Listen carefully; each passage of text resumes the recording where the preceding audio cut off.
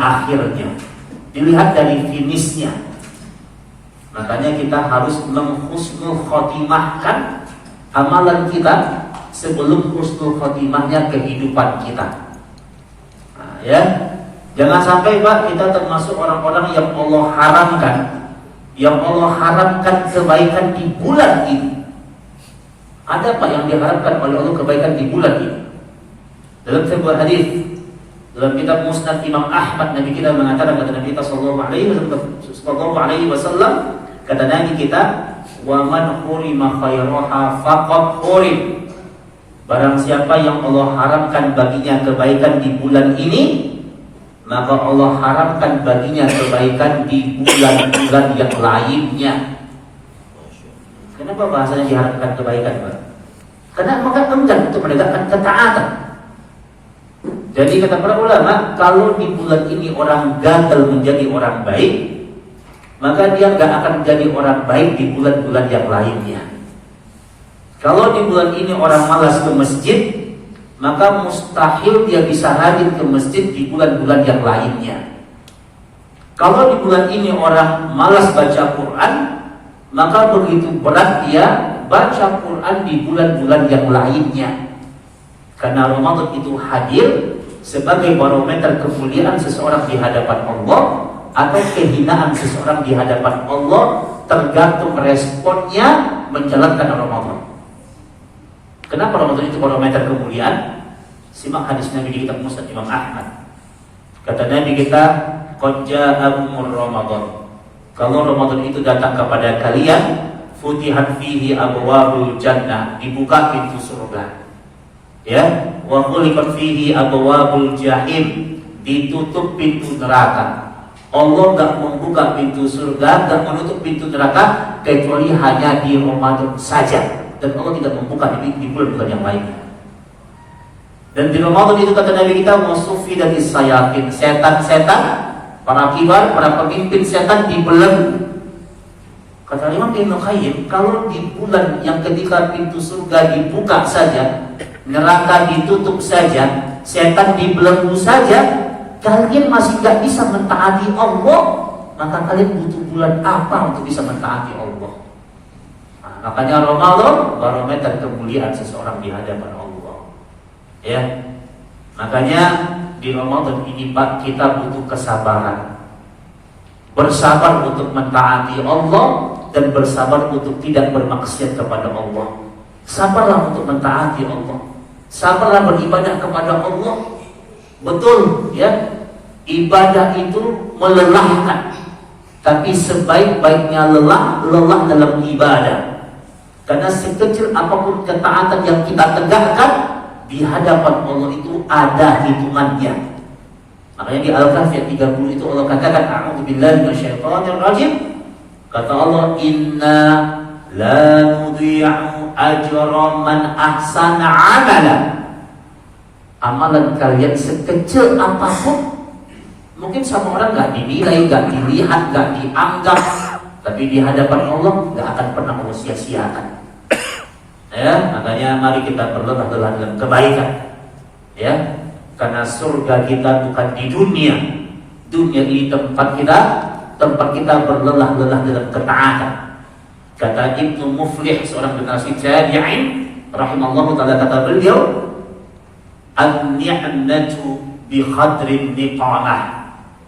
Nikmat di surga itu tergantung kadar tingkat kesulitan di dunia. Semakin kita sulit berjuang di dunia, maka balasannya nikmat surga. Berkatakan kata beliau, la tujadur roha birroha.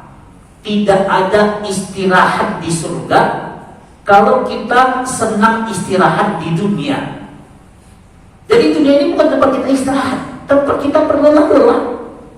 Makanya Imam Ahmad ditanya oleh ibunya tentang mata roha, kapan kita istirahat?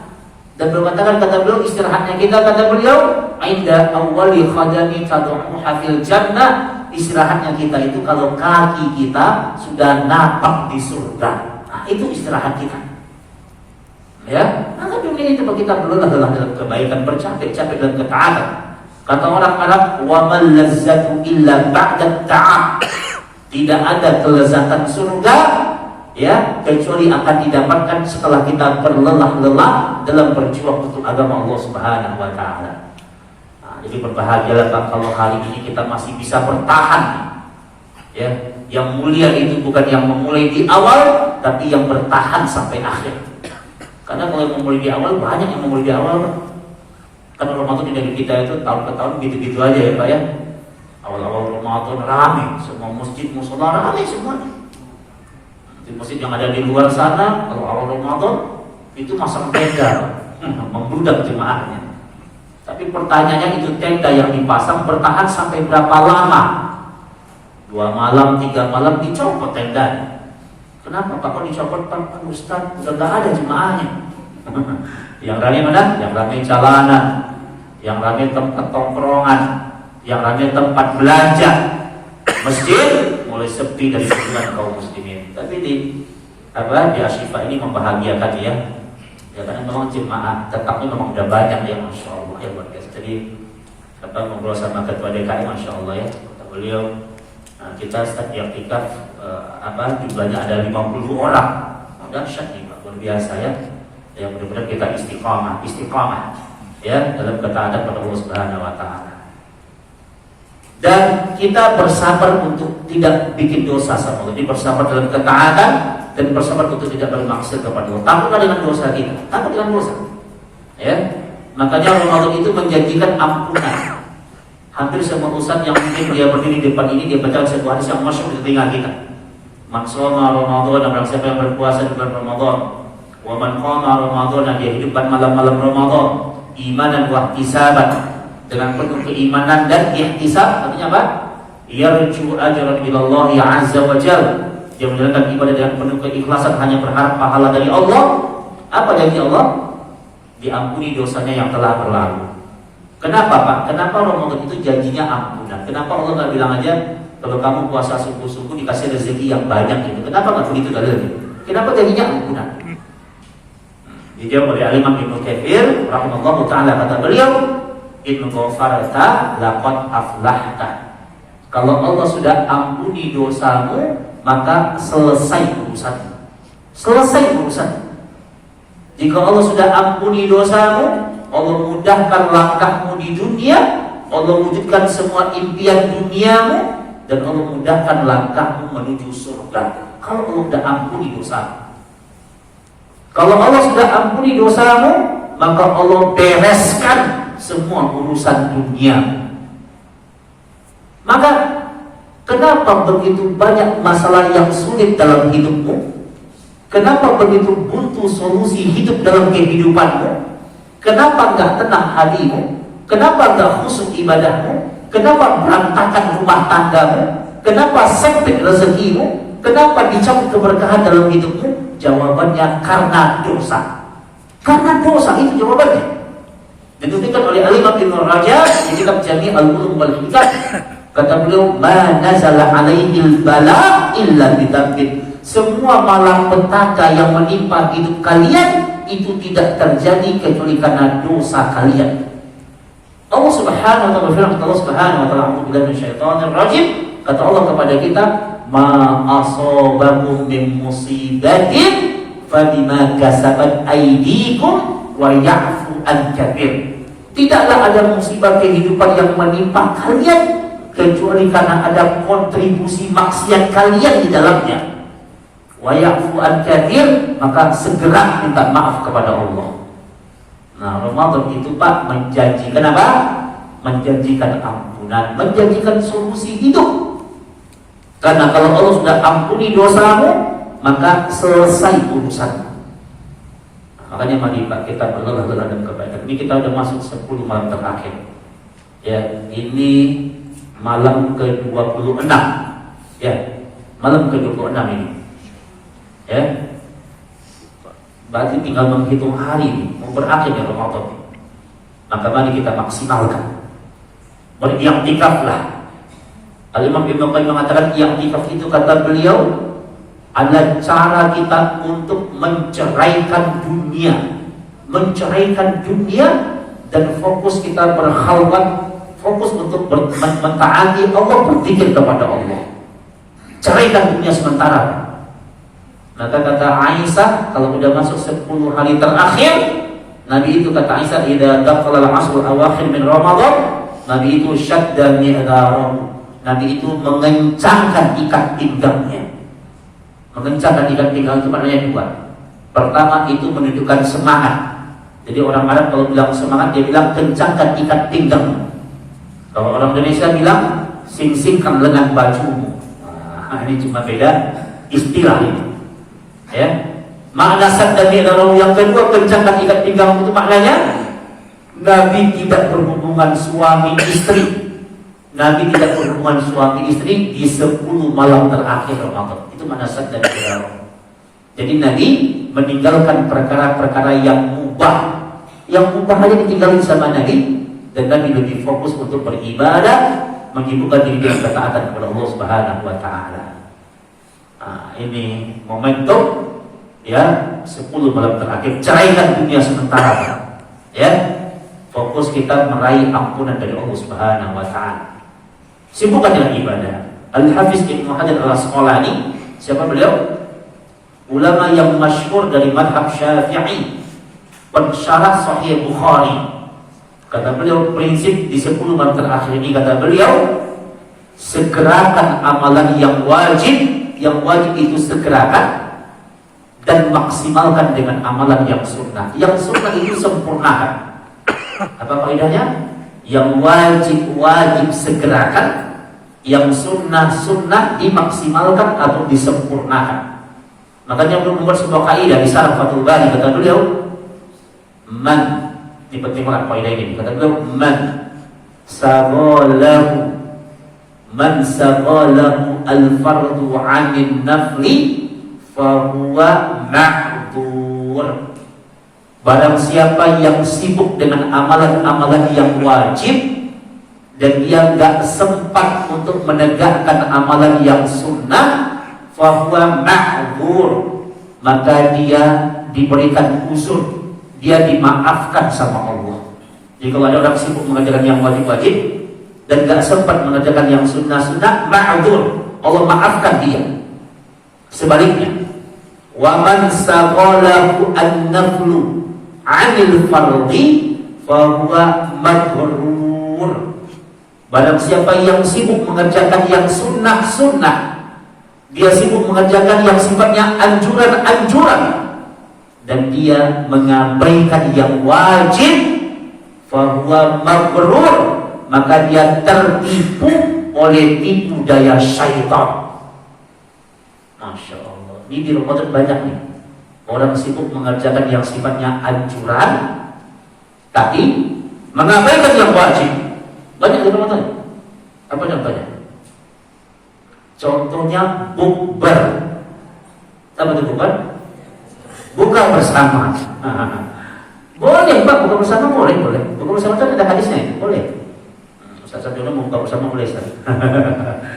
Buka bersama boleh. Ada sahabat datang kepada Nabi, dia bilang, ya Rasul, inna na'akul wa la nasba'. Ya Rasul, kami itu makan tapi kami gak kenyang-kenyang. Kata Nabi, jangan-jangan kalian itu makannya sendiri-sendiri.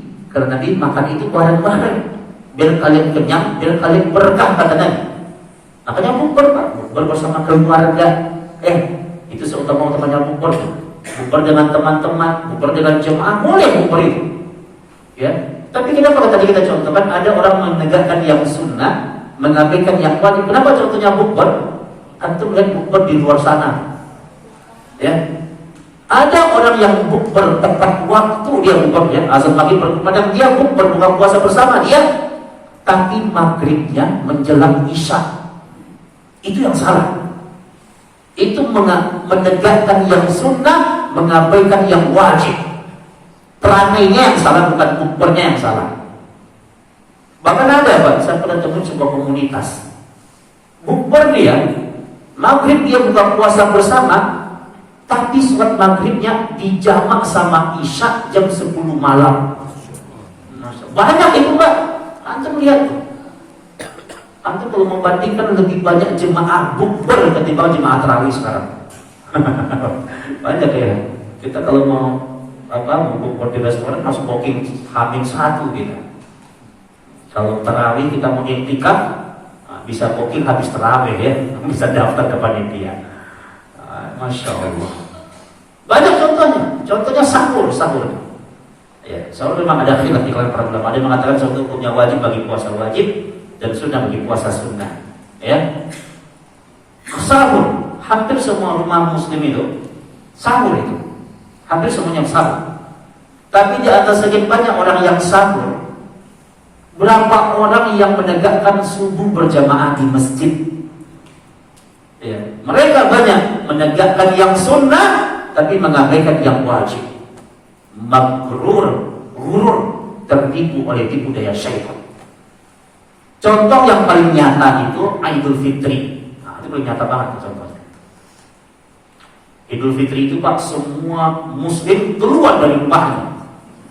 Yang gak pernah ke masjid Idul Fitri nongol tuh.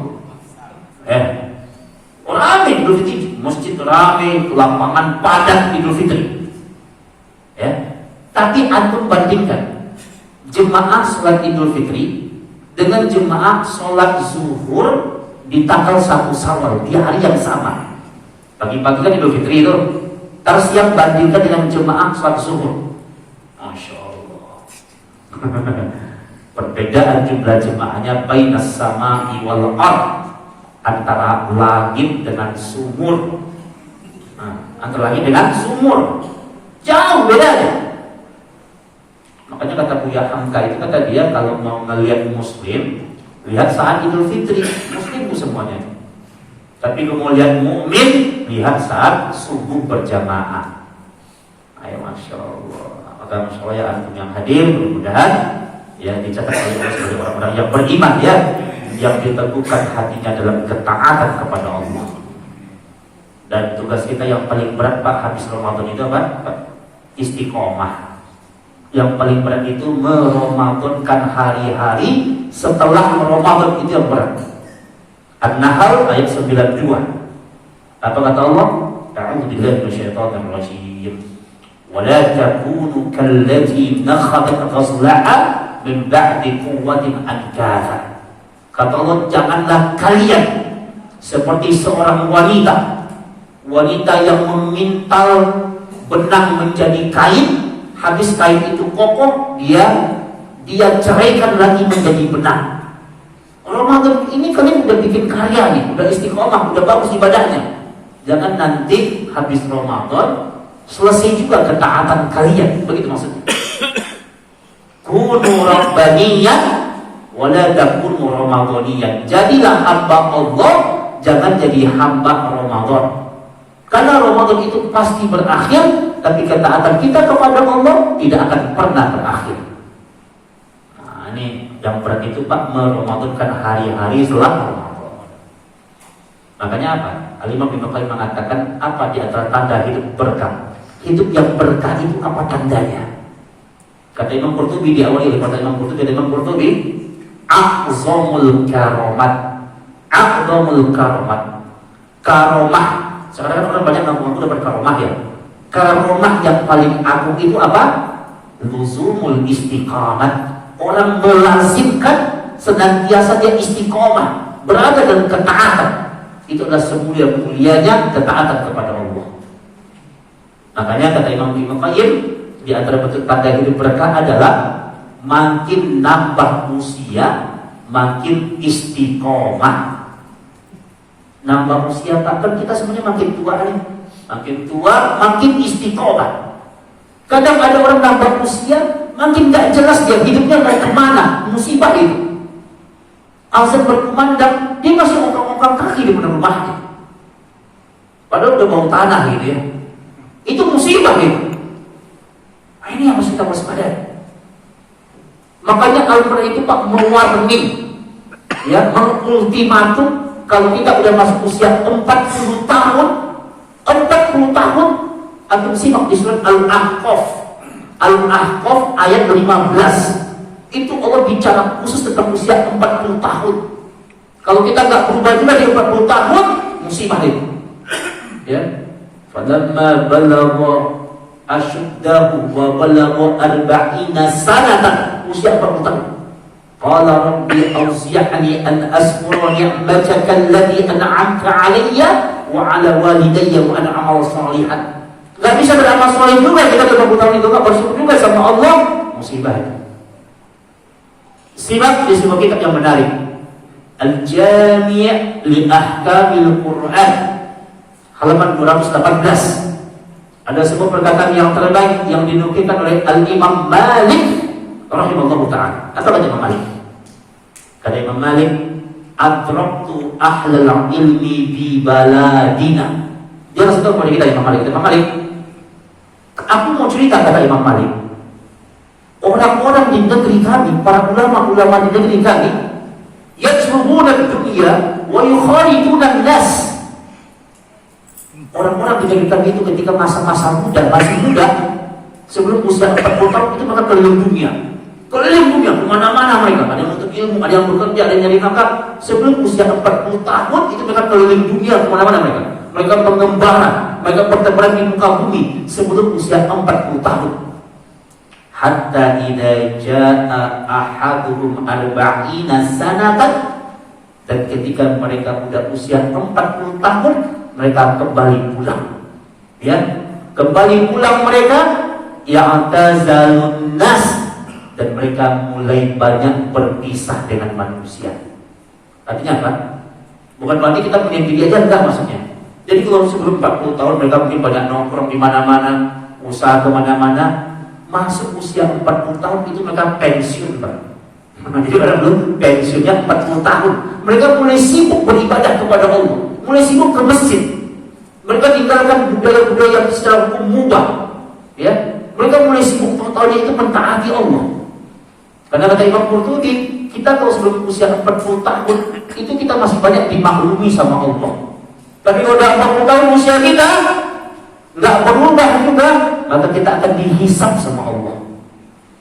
Kenapa 40 tahun patokannya? Karena 40 tahun dalam usia kita sudah melewati separuh kehidupan kita, melebihi dari separuh kehidupan kita. Maka istiqomahlah. Nah, cara kita istiqomah itu dengan cara kita memaksimalkan ibadah di Ramadan. Makanya ada sebuah hal yang menarik di bab istiqomah ini. Ternyata ada sebuah kaidah ilmu fikih mengatakan begini.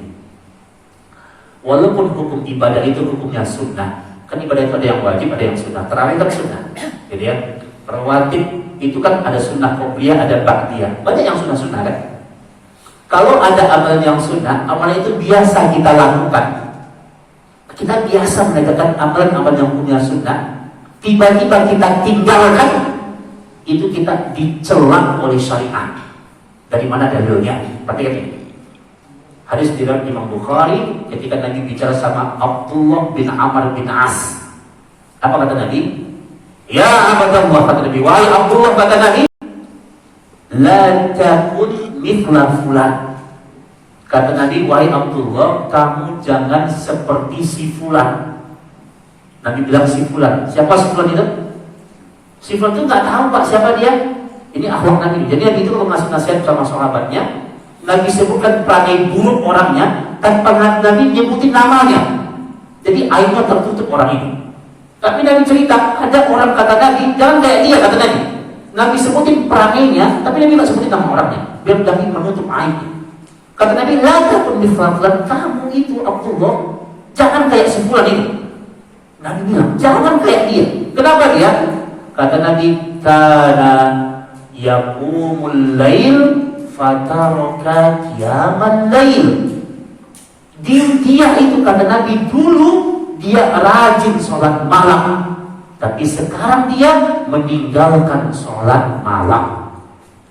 Nah, dari faedah ini ulama mengatakan terutama ketika ada amalan yang kita rutinkan, tiba-tiba sengaja kita tinggalkan, kita dicela oleh syariat. Biasa sedekah gitu ya, tiba-tiba tanpa adanya uzur syar'i meninggalkan sedekah, dicela oleh agama. Ramadan biasa tarawih gitu ya, habis Ramadan tidak pernah sholat malam, dicela oleh syariat. Ini tentang istiqomah. Berat istiqomah ini. Ya, karena istiqomah itu kenapa dia berat? Karena balasannya surga, Pak. Balasannya bukan kipas angin ya, bukan kompor gas. Surga balasannya. Ya, innal ladzina qalu rabbuna Allahu tsumma istaqamu tatanazzalu 'alaihimul malaikatu alla takhafu wa la tahzanu wa abshiru bil jannati allati kuntum tu'adun. Orang yang istiqomah itu Allah siapkan surga untuk mereka. Nah, ini yang harus kita ingat ya. Maka mari kita kuatkan ya. Ramadan ini mari kita tuntaskan. Takut dengan dosa kita. Ya. Dosa itu punya efek yang paling besar. Apa efek dosa yang paling besar? Kata ulama, efek dosa yang paling besar, dosa itu efeknya idalatu minal lazzati fil ibadah. Dosa itu menghilangkan lezatnya ibadah. Jadi kalau orang bikin dosa, Pak, dia ruku, dia sujud, nggak ada ruhnya, nggak ada kenikmatan di dalamnya. Ya. Dia baca Quran, nggak dia temukan kenikmatan di dalamnya. Kalau itu terjadi, itu karena dosa. Kalau kita sholat nggak ada ruhnya, nggak ada kenikmatan di dalamnya, itu karena dosa. Karena dosa. Kita baca Quran, mungkin kita lebih betah baca Facebook ketimbang baca Quran. Kalau itu terjadi, tidaklah itu terjadi kecuali karena dosa. Maka minta ampun kepada Allah Subhanahu Wa Taala. Makanya kata para ulama, Ramadan ini kan bulan Quran. Di antara amalan yang paling utama di i'tikaf apa? Baca Quran. Baca Quran, khatamkan Quran. Ibrahim An-Nukhai itu cerita ya, Ibrahim An-Nukhai orang-orang itu luar biasa mereka mengkhatamkan Quran. Ya, Imam Al-Aswad khataman fi kulli lailataini. Imam Al-Aswad itu baca apa? Khataman Quran per 2 malam. Per 2 malam khataman sekali. Imam Qatadah khataman per malam. Fi kulli lailatin, setiap malam khataman Quran, setiap malam. Masya Allah. Imam Syafi'i berapa? Imam Syafi'i berapa kali khatamnya? Sittina marratan khatmatan. Imam Syafi'i khataman Quran selama Ramadan sebanyak 60 kali. Masya Allah, 60 kali. Sehari 2 kali. Kayak minum obat ya Pak ya. Nah, itu. Yang dahsyat para sahabat Pak, kata Ibrahim An-Nukhai. Apa kata itu? Wa kana ashabun Nabi, ada sahabat Nabi seperti Utsman bin Affan, Tamim Ad-Dari, Ibnu Mas'ud, Mu'adz bin Jabal, Zubair bin Awwam, Umar bin Khattab, Abu Bakar As-Siddiq radhiyallahu ta'ala anhum ajma'in. Gimana mereka mengkhatamkan Quran? Kata Ibrahim An-Nukhai, yakhtimul Quran, mereka khatamkan Quran fi kulli raq'atin. Khataman Quran mereka setiap 1 rakaat salat khataman Quran. Allahu Akbar. 1 rakaatnya khataman Quran. Masya Allah, luar biasa. Ya. Nah kita kan pakainya, kadang-kadang kita kan banyaknya berdalil ya. Berdalil itu apa? Mencari-cari alasan. Bukan berdalil ya. Yang adanya berdalil, cari alasan. Kenapa antum mau baca Quran? Waduh, ini kan sibuk Ustaz. Nah, kata Imam Qurtubi, kata beliau, kalau ada orang pakai alasan sibuk dan dia bilang gara-gara sibuk itu dia nggak baca Quran, ya alam, ketahuilah kata beliau, syaitan telah memenangkan pertarungan dengan dia. Jadi alasan sibuk itu alasan dari syaitan ternyata.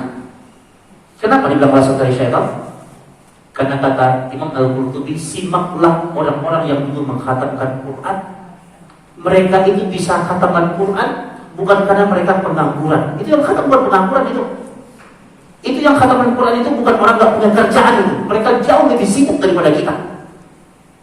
Mereka ngurusin umat, ngurusin negara. Mereka juga punya bisnis, mereka juga bekerja. Mereka menuntut ilmu, mensyiarkan dakwah, jauh lebih sibuk daripada kita.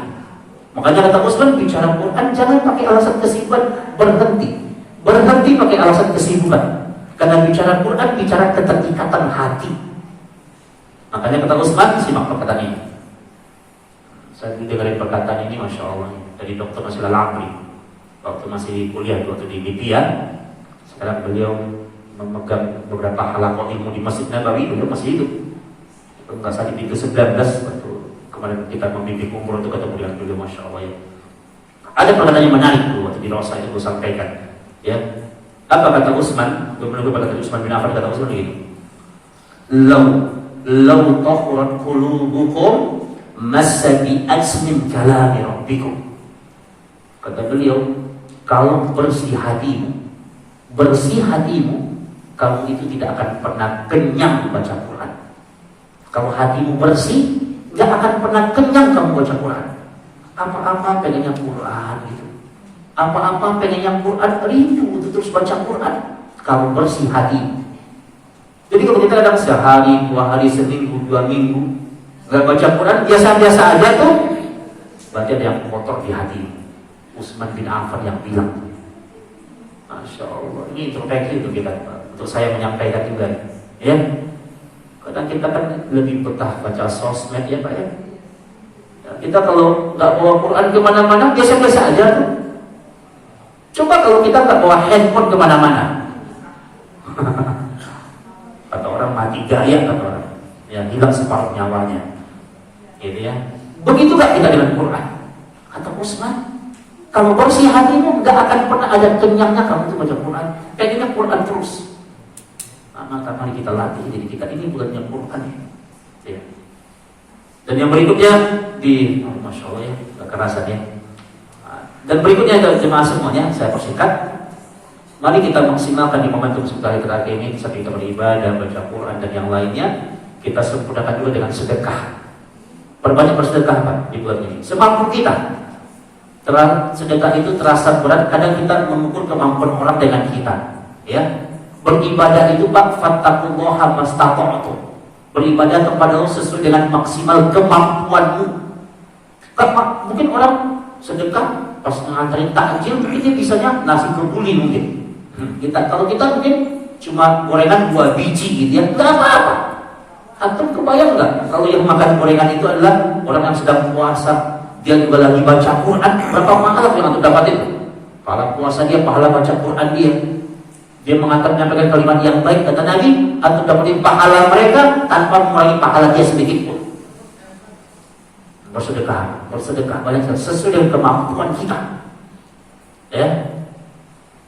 Ibnu Mubarak itu ditanya oleh muridnya. Apa kata muridnya? Ya Imam, man as'adan nas. Ya Imam, siapa orang yang paling bahagia? Siapa orang yang paling bahagia? Kata Ibnu Mas'ud, yang paling bahagia itu adalah orang yang ketika nafasnya berhenti, tapi amalannya, pahalanya enggak berhenti. Catat itu. Siapa yang bahagia? Nafasnya berhenti, mati dia, meninggal dunia dia, tapi pahalanya tetap mengalir. Itu yang paling bahagia. Berbanyak bersedekah. Nabung yang terbaik itu nabungnya di langit, bukan di bumi. Di bumi nabung itu pun ahli waris tuh, kalau kita sudah meninggal dunia. Harta kita itu cuma 3 dari Imam Syafi'i. Apa harta kita 3 itu? Yang dimakan akan habis, yang dipakai akan rusak, yang disedekahkan akan menyelamatkan. Itu harta kita. Makanya bersedekah itu adalah cara-cara kita beramal agar usia pahala kita lebih panjang daripada umur kita. Umur terbatas, tapi kita berharap usia pahala kita itu panjang. Makanya kalau mayat dikubur itu dihidupkan sama Allah, mereka minta pilih amalnya bersedekah. Rabbi laula akhartani ila ajalin qarib fa asaddaq. Mereka minta sedekah. Karena sedekah itu menyelamatkan penghuni kubur dari siksaan kubur. Ya.